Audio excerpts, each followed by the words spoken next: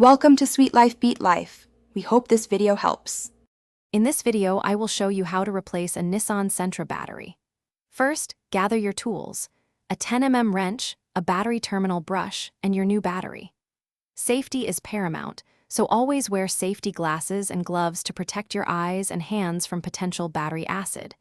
Before you begin, make sure your vehicle is completely turned off and the parking brake is firmly engaged to prevent any accidental movement. This preparation ensures a safe and smooth replacement process. Now, let's disconnect the old battery. First, locate the negative terminal, which is usually marked with a minus sign and often has a black cable. Using your 10 mm wrench, loosen the nut on the negative terminal and carefully remove the cable. Always remove the negative cable first to prevent electrical shorts. Next, do the same for the positive terminal, marked with a plus sign and typically a red cable. Once both cables are free, you can remove any battery hold-down clamps. With the old battery out, it's time for the new one.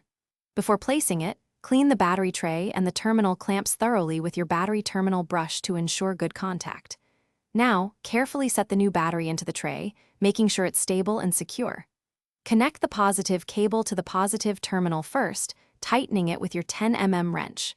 Then, connect the negative cable to the negative terminal, ensuring both connections are snug and secure. You're almost done. Double-check that both battery terminals are tight and the battery itself is securely fastened in its tray. Give the cables a gentle tug to confirm they won't easily come loose.